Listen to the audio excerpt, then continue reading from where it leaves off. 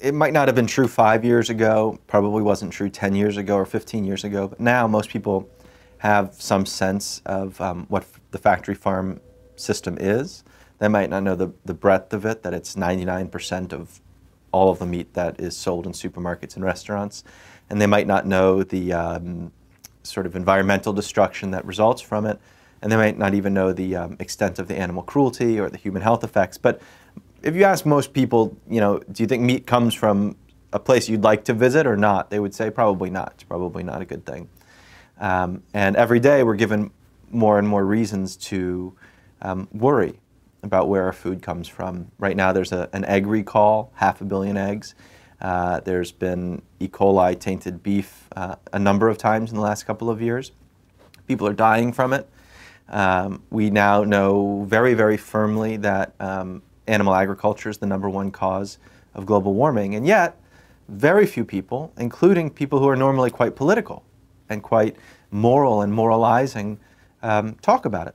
And even fewer people act on their concerns about where food comes from. And I think it's because food is not just fact and it's not just reason, it's culture, it's personal identity, it's what our parents and grandparents fed us, how we think of ourselves, how we want to think of ourselves, and it's always attached to some kind of story. And that confuses things. That, the Thanksgiving turkey confuses things, the Christmas ham confuses things. Every family has its own version. But what we need is a different way of talking about meat that is itself a story. It's not an argument or a work of journalism, but something that involves this messiness of being human beings. And that was what I tried to do with this book. Well, I think different people feel these responsibilities differently. So somebody who is very active in environmental causes might think about meat in a way that's different than an animal lover or a pet lover would. And that person might feel about meat differently than a doctor would.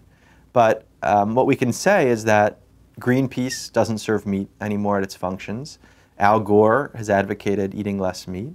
The United Nations has said that animal agriculture is one of the top 2 or 3 causes of every significant environmental problem on the planet.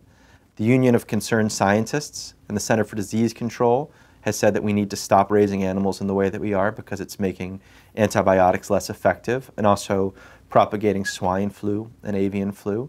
And anyone who knows anything about how animals are treated is repulsed by it. It doesn't take, being an animal lover. I am myself not an animal lover. I don't particularly care for chickens, to be honest, or cows or pigs.